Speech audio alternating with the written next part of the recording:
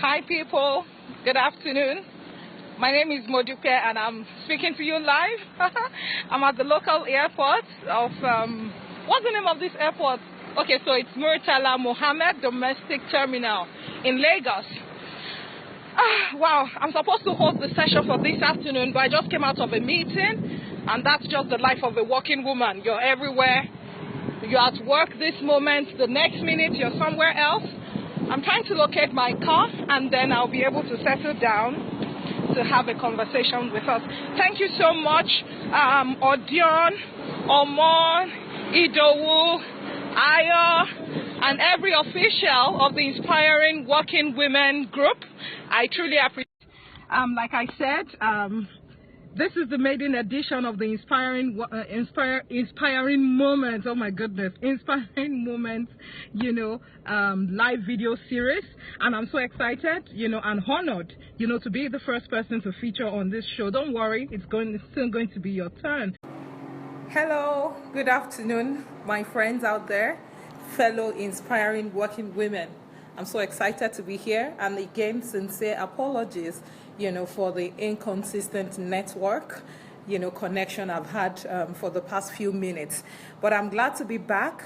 I'm back at my desk. I'd gone for a meeting earlier, and so, it's ran longer than we had scheduled. So I guess the network had to break because I was in transit. But anyways, thank God it's Friday. How is it over there with you and your work, your business, and everything you choose to lay your hands upon? My name is Modupe, and I'm privileged, to be the first inspiring working woman to be featured on this series. And I'm trusting that as we go on week by week, we're going to interact with everyone. And I'm going to get to meet you guys too and hear your wonderful stories. Thank you so much, administrators, the Ejeres, Ayo Care for driving this project. I'm particularly excited to be a part of it. Thank you. So yes, I've been asked to come and talk about myself, some of the challenges I've had, some of the victories I've had, just inspire people, about my story, and I'm trusting that someone will be encouraged somehow. Yeah. So I'm just here to talk and be real. Okay, so yes, my name is Modupe. I'm married. I've got 3 kids. I work as an HR professional in a leading pharmaceutical company in Nigeria.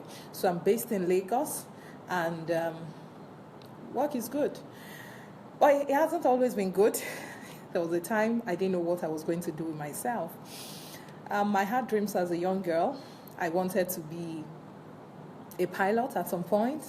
I remember I wanted to be a mathematician at some point. I remember there were times I would sit down and think of ways to improve on the Pythagoras theorem. Do we all still remember that? I remember Pythagoras theorem. And then there were times I would sit down and begin to imagine with my mind.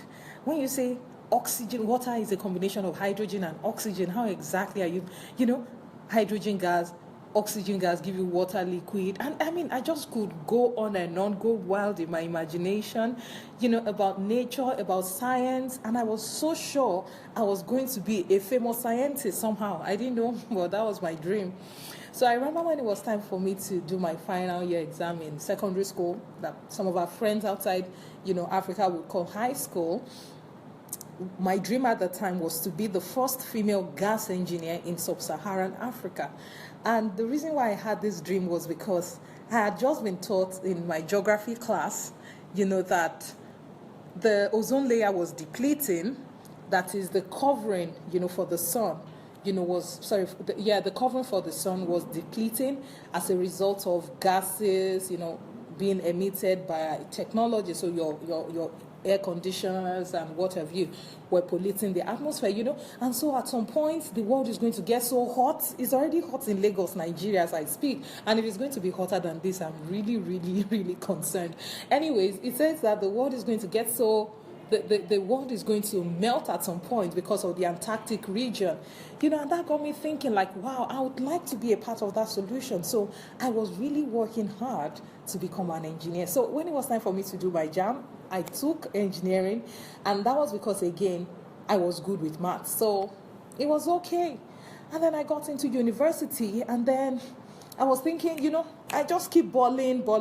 By the way, before I left secondary school, I was the Jet Club president, Red Cross president, so I was really feeling cool with myself. Nothing do me, no shaking. So I got into uni. Uni for me was Obafemi Awolowo University in Nigeria, and I was admitted to study chemical engineering. To cut long story short, I started doing very poorly in my school, and the reason was because I couldn't focus. I got into university. It wasn't because I was, messing around, maybe got distracted by boys. By the way, I like good guys. My husband is very good. Yeah, so, it wasn't because of guys, but it was because there was a challenge back at home. Between 2000 and 2001, of course, we had started experiencing a bit of the economic, what do people call it again? Is it not depression or inflation?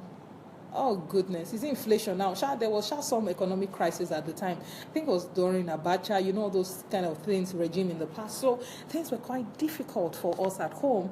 I couldn't afford a textbook. I couldn't ask for money for tutorials. So it was pretty much going for lectures, and I wasn't even really getting so much from lectures. So because of that, I had a very poor self-esteem. And what dawned on me during that phase of my life was my results in my academics had been my pride. And so because that wasn't working for me, I began to lose sense of who I was, because nobody knew me as that brilliant girl anymore. Nobody knew me as that girl who could do XYZ. I was just like every other person, but it even seemed like mine was worse. So I had moments when I would cry, and then it was the peak of pimples for me. Oh my goodness, my face was nothing to write home about, or so I thought.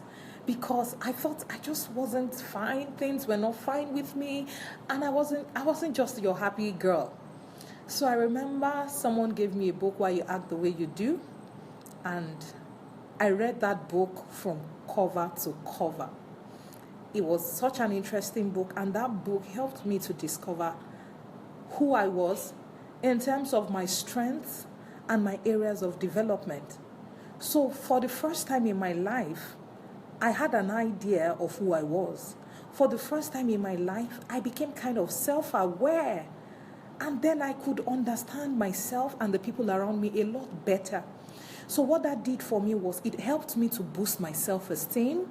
And so I remember there was something I wrote in my 200 level, and I will never forget it. In my 100 level, I'd had issues with people not relating with me because I felt I wasn't the bright girl, so there was nothing for them to come and learn from me. I didn't have the money, so there was nothing to come and collect from me. I just didn't have anything. But by 200 level, so because of that, I lacked company. But I remember in my 200 level, by the time that transformation began to happen, I wrote a statement, to myself. I said, Modupe is too busy to be lonely. For a long time, I'd sought affirmation. Amon, good to see you. Hi. I'd sought affirmation from people, and it wasn't forthcoming. I'd sought affirmation from my academic qualifications, and it wasn't coming forth. And so because of that, I'd lost my self-esteem. But at that point, I became self-aware. It was as if I was empowered. I became aware. I became, excited about life. And I told myself, I'm no longer going to wait for people to make me happy. I'm not going to wait for people to come around me and make me feel lively. I'm just going to go out there and be the one making other people happy and lively. So I decided I was going to be that lively girl. I decided I was going to be that happy girl, and that became my story. So all through campus, whether my grades were good or not, I stopped to care. It wasn't because I didn't want to be the best, but because I haven't done all I knew to do, I just decided to cast my cares. And then life was building up very well for me, and then I lost my dad. I lost my dad in my 300 level, and then a friend that was so dear to me, let me not sugarcoat it. Now the guy where I did date, the guy just jilted me. The same month I lost my father to cancer and diabetes, I lost my boyfriend. And then it was as if my world went cold. It was as if I was exposed to the harsh reality in the world, because I kind of depended on these people, as my form of support in life. But I remember a reality that dawned on me. It said the reason why you are suffering a heartbreak is because you have given people power to define whether you should be happy or not. I don't know if you get it. So apparently, even though I'd had a measure of self-awareness, I'd had a measure of self-dependence, there was still a part of me still leaning on people. People can be family, people can be friends, people can be our loved ones, your husband, and then you're trying to derive some form of, it's still affirmation, but, I was still dependent on them somewhat. And then this guy left me high and dry. I almost cursed him. In fact, I did. I told God to help me kill him. I prayed that prayer that God should kill him for me. But you know what? I realized before he even came, God had made me a special woman. God had given me dreams of changing the world. So why did that change? Because somebody came into my life or left my life. I had to go back to that place of rediscovering why I was created. I had to go to that place of discovering my assignment in this world. So I remember one of the questions someone asked me was, Modupe, if you have 6 months to live, what will you do with your life? At that time, I was in my 300 level. And you know what I told myself? I said, because I know in 6 months, I'm not going to get my BSc qualification anyways. I'm going to drop out of school and I'm just going to go around and tell people, the good news. I said, I'm going to go around telling people that they can be everything God has created them to be. That was what I really had in my mind to share. And then the question was, what is stopping you? Are you waiting to hear that you have 6 months to live before you begin to find meaning for that thing you really want to do? A lot of times we wait for situations to be perfect. We wait for people to support us. We wait for all the conditions to be right before stepping out. But the truth is, you're not always going to have that happening for you. Conditions are never always going to be perfect. People are not always going to support you, even your family members. So are you going to keep waiting? Are you going to keep waiting for them? You know what? I had to drag myself up and make sense out of life. I remember then in Ife, weekends I would come to Lagos, quickly do jobs, do stuff, go back to school. At that point, life began to have more meaning and I became more intentional about life. I knew what my weekend was going to be about because I knew what I was chasing. I began to do little business in school, even though I told myself that I wasn't cut out for business. You know what somebody once said? He said, sometimes you don't know how strong you are until you discover that being strong is the only option you've got. Being strong is sometimes and most times the only option you've got. Life won't always give you, what you want from it. But you have to learn how to place a demand on life. And you know what happened? I kept searching my heart. I knew I had disconnected from engineering. I knew I had disconnected from science. I began to discover that I had a thing for people. I began to see that I could connect with people, I could relate with people, I could engage people, but I didn't even know how to translate that until I got to my final year. I heard about human resources and that was it for me. Of course, I took a course in my final year and that was what opened me up to HR. And immediately I left school, I said, you know what? I'm going to render myself to be of service to people. So I went to my first consulting firm. Guess who I saw?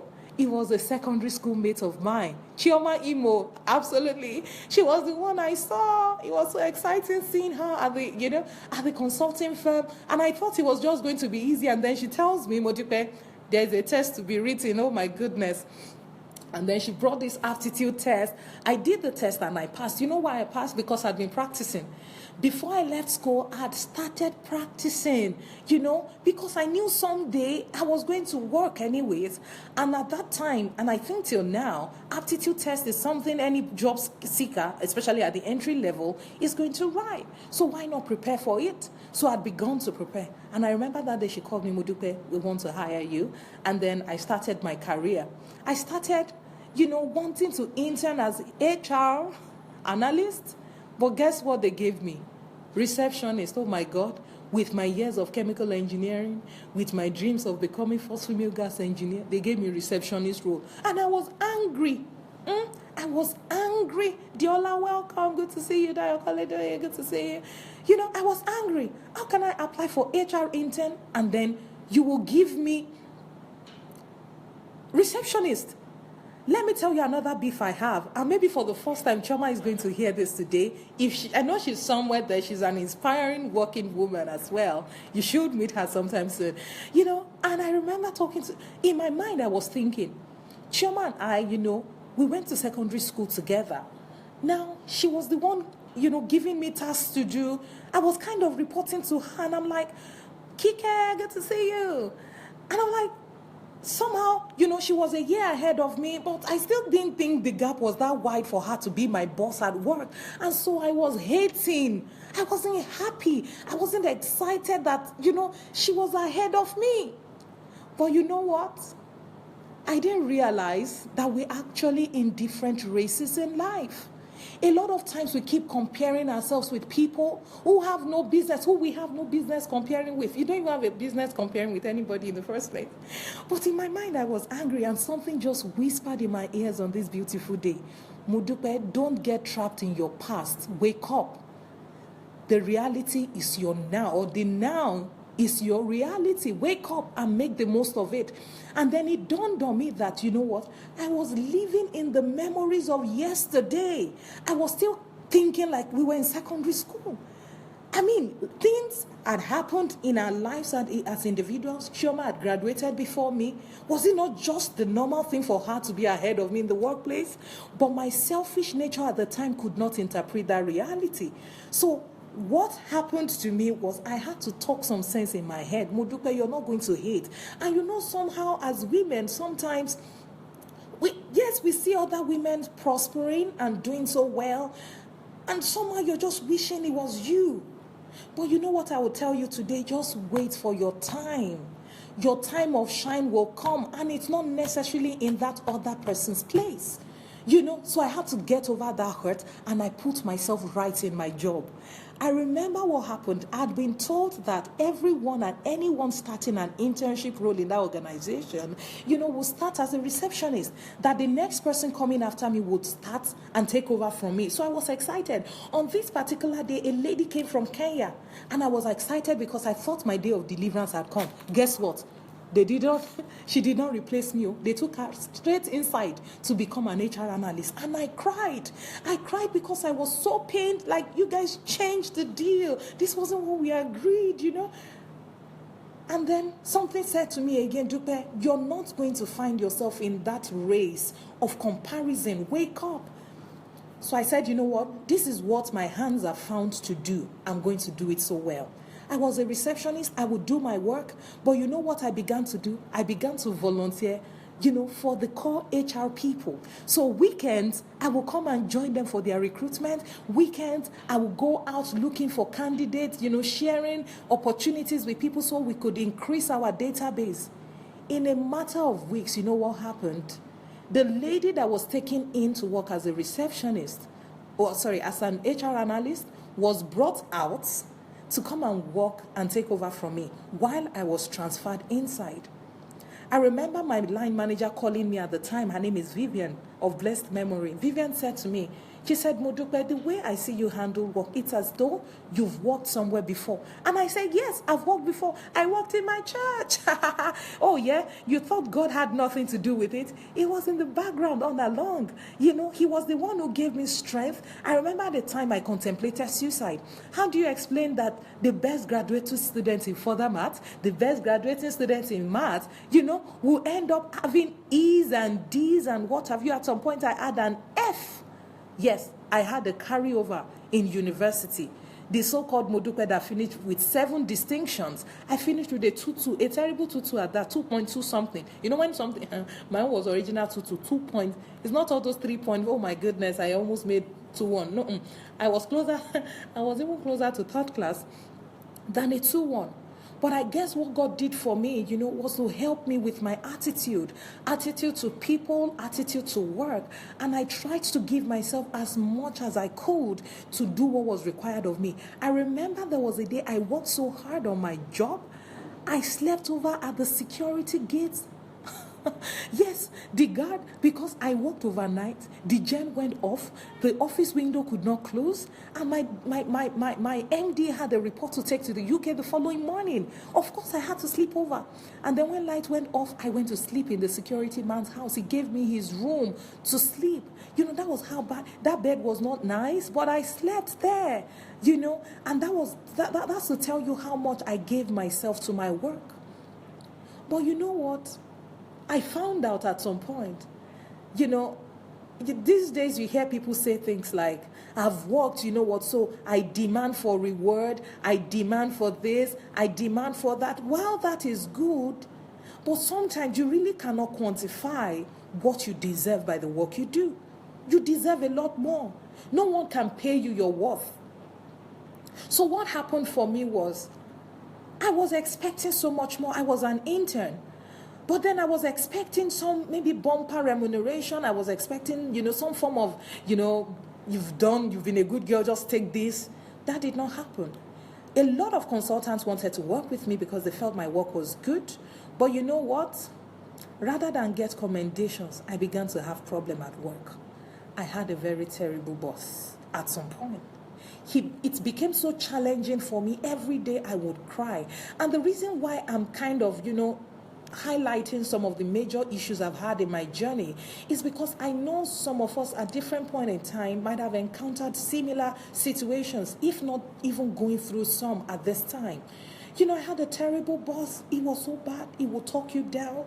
He would say nasty things to me. He would go behind me. At a point, you know what? I wanted to be a nanny. I said, if NYC wasn't going to come through, that was between, my NYC phase. I said, if anything wasn't going to happen, I'm just going to go home and sit down. Nobody forced me to come and work. I had no ID card. The reason why we had a challenge was because a project he gave to me in actual terms, was really stalling. And that was because I didn't have enough work tools to do my work. I had no ID card. I had no business card. Yet I was expected to go and look for salaries from oil and gas companies for a project. How was I going to find that? Who would trust me? Who would give me their salary figures? I remember I read a book at the time, and the book taught me to begin to have some form of compassion for my boss. Begin to pray for my boss. And I'm like, seriously? If I open this mouth, it's curse that will come out with the way I'm feeling. But what happened was I began to sit down and I took time to understand him as a person. Who am I really working with? What are his personal issues? Someone once said something, hurting people hurt other people. So the question for me was, how is my boss hurting at this time? And how can I be of help? And at that time, because my heart was, sincere, I began to see things beyond the ordinary. There are ordinary things, but if you don't take time to look at them critically, you may not be able to see them. But what happened for me? I began to see that he had issues.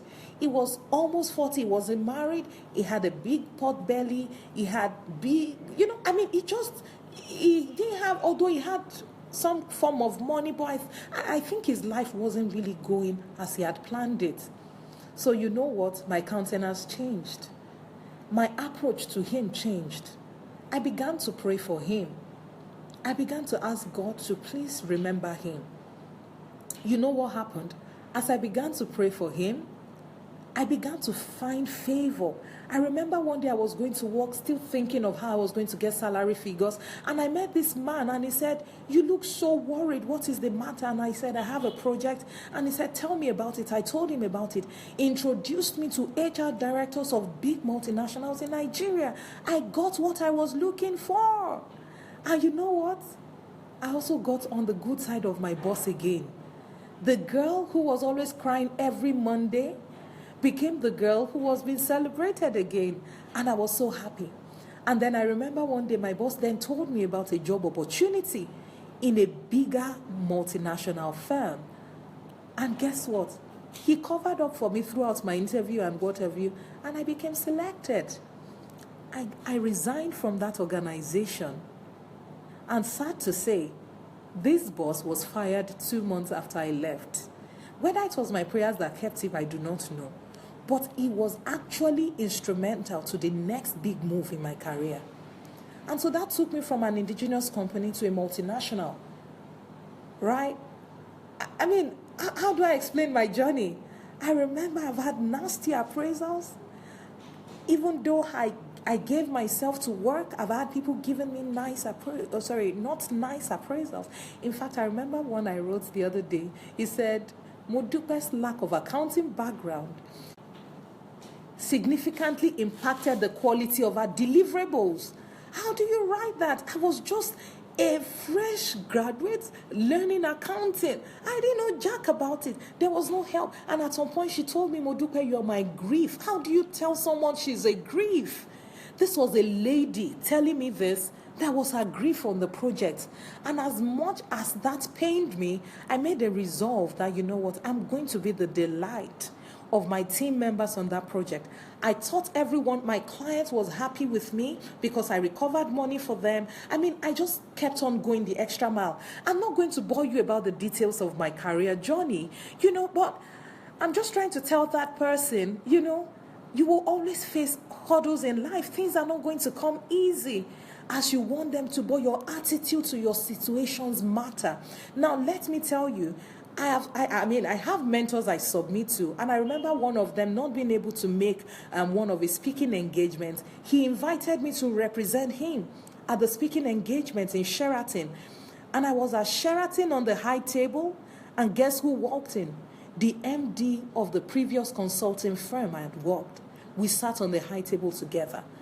And I'm like, wow, in just a matter of years down the line, God had taken me forward faster than I would have ever plotted it.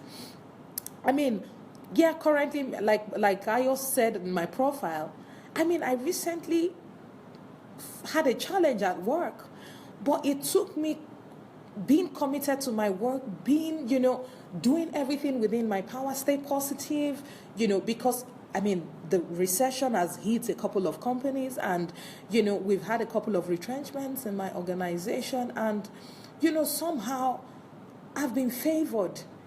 I've gone as far as I've come in life, because I don't just want to say, of course, I want to acknowledge God, but I want to say what God has taught me over time is how to be diligent and how to pursue the dreams He has put in my heart. There's a particular portion of scripture I like so much. It says, surely there is an end to this matter. The expectation of the righteous will not be cut short. I'm here to tell you that it doesn't matter how long that situation has been going on. It doesn't matter how long you've had to come up against difficult situations. All you have to understand is there is an end to it. And you need to understand that your journey is supposed to become an inspiration to somebody else. That situation is not supposed to destroy you. It's supposed to give you a testimony so that you can inspire other people to action. You can inspire other people to, so whether it's a business you have and the economy is not favoring you right now, you just need to hang in there. You need to ask yourself, what information do I lack at this time? And what association do I have that can give me the required information or support that I need? And I'm so thankful for this IWW platform, because I've seen that pardon me, I've seen that a lot of us are up and doing. We've got loads of things we're doing in our businesses, in our careers, and we can support one another. And that is exactly what this platform is about. I want us to maximize it as much as possible, because you need friends. You can't go on this journey alone. And where I am today in my organization, because someone referred me for a job.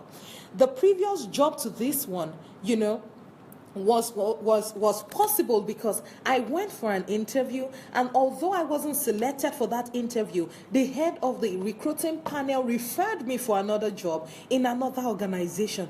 Truth is, we need people. We need one another. You really can't act like you're an island, and at every point in time where you come across relationships, you need to learn to treat them well. You need to treat people well, people above you, people at your level, and people coming after you. We need to learn how to treat people well. You know, you really don't know who is going to be able to help you. I'm so grateful I got over my beef for my friend Chioma. Today, Chioma and I are friends, you know. And what if I'd allowed jealousy or envy, you know, to overtake me at that place of work? That relationship could have been sour. And guess what? I've gained insight from my friend Chioma. I remember when we were talking about salaries the other day, Chioma said, "Are you kidding me? How can you be any..." I'm sure people who know Chioma on this platform will know the kind of person I'm talking. She said, "That is so small. We can't take that out." And that is how friends are supposed to cheer one another. It's not supposed to say, so that amount they are giving you, is it not enough for you? Why are you? Yeah, even any, you know, we are here to support one another and make the best of our journey. Ladies, I'm here to tell you, your life is a story.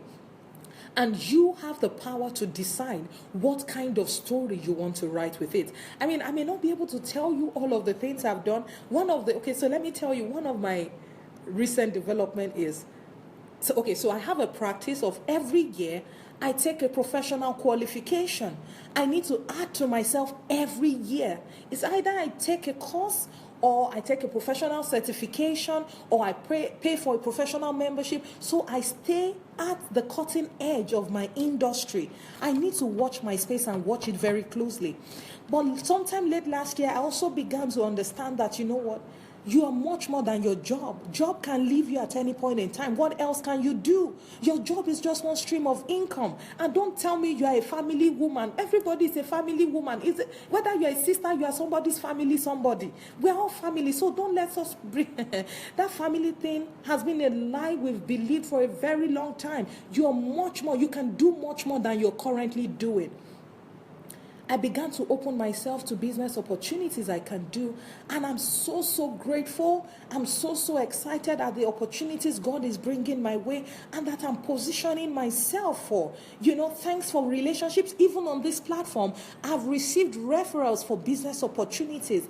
And that is the kind of thing we need to be able, you know, tell yourself you can't tolerate no excuse. You know, someone said, we will measure the degree of your desire. We'll measure your desire by the degree of your pursuits. How bad do you want what you want? Now, of course, I'm not saying do anything to get whatever you want. Of course, that's not what I'm saying. I'm saying, you know what? You can do everything within ethical boundaries to get what you want from life. All you have to do is place a demand on it. Put a demand on yourself. Don't sleep for too long. Why would you sleep 8 hours in a day when there's so much opportunity going on around you? And then a lot of times we also need to be aware of the fact that we are in a global community right now. The kind of business opportunities you're looking for can come from anywhere. Don't say, you know what, in Nigeria we sleep something. In this, wake up, plan yourself. 1 a.m., can you push yourself to 12? What are your priorities? Hi, Tammy, so good to see you. Kemi, I see you joining. Ayo, kisses, girls, I love you. You know, the question is, what else can you do? Keep asking yourself every day till you find out. What can you do with that spare time? Instead of backbiting, what else can you do? I know, of course, as ladies, we sabi talk. We sabi talk. You know what I do? I've tried to ask myself, is my daily life aligned with my priorities in life? So I wake up sometimes as early. I've been awake since 3 a.m. I think I woke up eventually, 3:40 something. And then I'm like, what do I need to do in the next 1 week? What projects are ahead of me? What projects are ahead of me? Have I concluded my slides? Have I done this? I'm still going for a discussion with some people as I talk to you. I'm going to close from office right now. I'm supporting the church where I worship in their HR duties. I'm going there right now. I mean, we just need to plan ourselves and not leave anything to chance. Take charge of your 24 hours. Okay? Barack Obama had 24 hours to rule the world. What are you doing with your 24 hours? I wake up 4.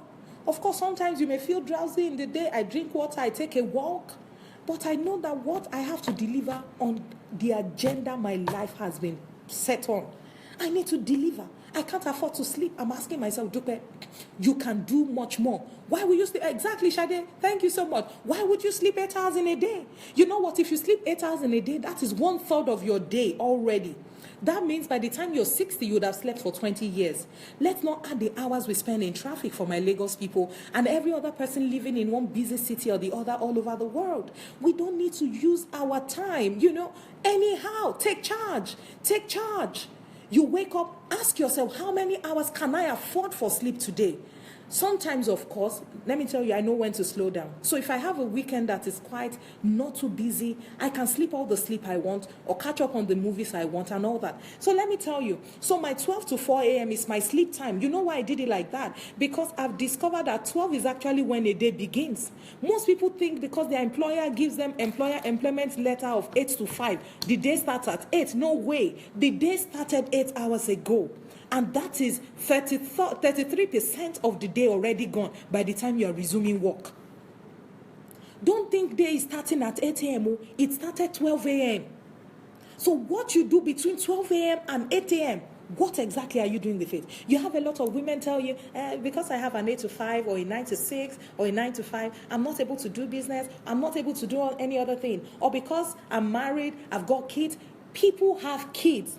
And some people are doing a great job with their kids and their jobs, with their businesses and every other thing they've chosen. The question is, what information, what resource do I need to be effective in everything I've decided to do?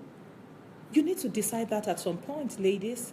I mean, we could go on, and I'm sure some ladies at some point, will be able to share us their own stories to inspire us. I sit where I sit today, not because I'm able to make myself, but because I've submitted myself to a higher authority that designed my life. I've aligned myself with that authority. I've opened my heart to identify opportunities to deal with people as fairly and as justly as God would allow me.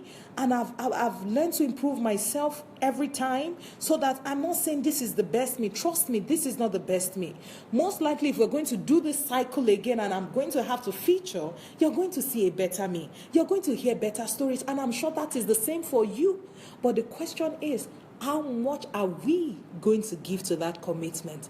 Again, my name is Modupe, and it was such a pleasure being on this show. Ayoronke and the administrators, Omon, Ejere, Idowu, Odion, and every other person, Shola, Nkem, Uloma, and everyone. I may not be able to call their name for one reason or the other. I really appreciate you, and I want you to know that even being a member of this platform has been one of my success stories this year. I really appreciate everyone. Thank you for allowing me talk. Thank you. Absolutely, at your own kids family, there will always be excuses. You need to choose what you want to do with yourself. All right, thank you so much. I really appreciate you. And this is me saying kisses to a beautiful weekend, and keep being an inspiring working woman. I celebrate you. Bye.